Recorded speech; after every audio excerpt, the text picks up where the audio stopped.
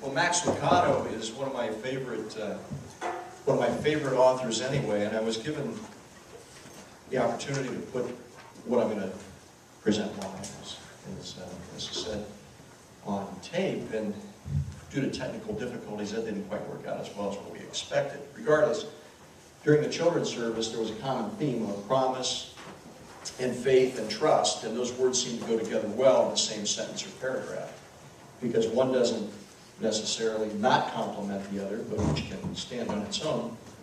And from a promise standpoint, and a faith and a trust standpoint, if there's a promise made by someone, and someone accepts the promise, there has to be faith that whatever's going to be delivered on that promise is actually going to come to fruition.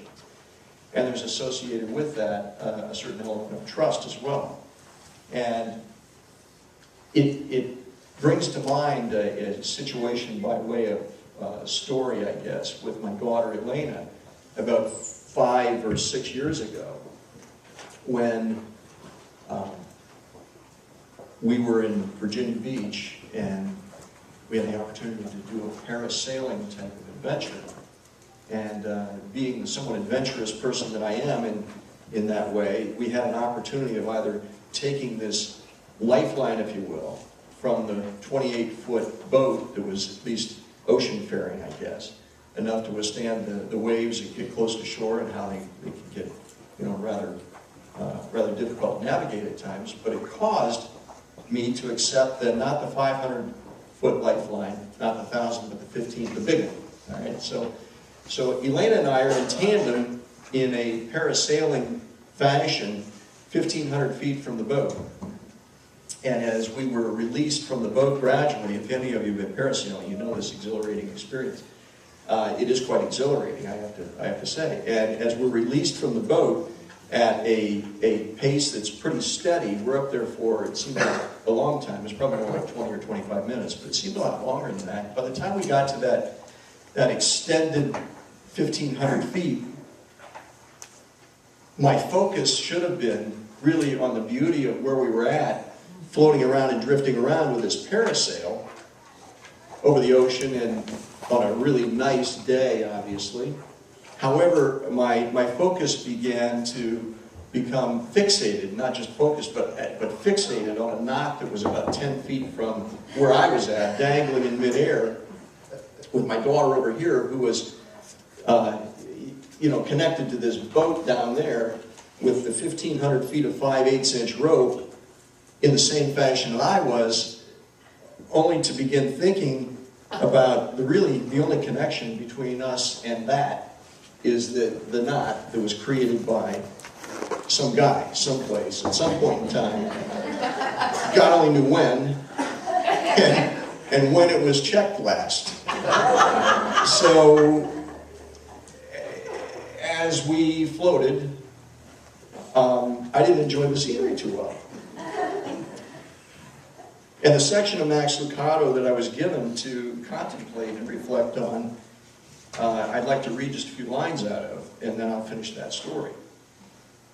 Can I really trust that whoever believes in him shall not perish?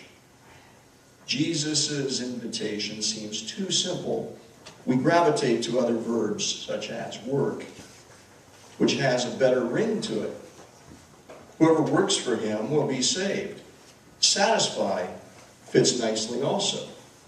Whoever satisfies him will be saved. But believe? Shouldn't I do more than just believe? Everyone who believes in him will have eternal life. John 3:15. The simplicity troubles many people, and we expect a more complicated cure, a more elaborate treatment, and we expect a more proactive assignment to conjure up a remedy for our sin. I guess what the point that Max Lucado is making is we try to cure a lot by working harder, by doing more to overcome what deficit we may have. And that seems logical in our world. You work a week, you get paid for a week's work. You want a little more, you work a little harder. And that's not what Jesus and God expect of us. The unbridled faith connection is all that's really necessary. So as I'm dangling 1,500 feet out there, and I'm going over this in my mind, this knot issue, and I'm getting now, 20 minutes later, reeled back into the boat, I had to ask the question of one of the 3 people on the boat, the captain, and I said, do you ever have a situation where somebody out there doesn't make it where I just made it to? In other words, do they end up over there someplace, like in the middle of a shark pool or wherever, and have to then contemplate how to get out of that mess? Or do you have to contemplate how to get them out of that mess? And he said, much to my chagrin, yeah, that's happened. And of course, it was a relief that I wasn't out there someplace and I was there. And I said, really, how? He says, oh, things happen, you know. Well, that wasn't real comforting, but things did happen in that regard in my mind, because every imaginable possibility was going through my mind when I was looking at that knot. And I said, well, I had to take it one step further. I said, well, like, what happens? He said, well, like the boat runs out of gas.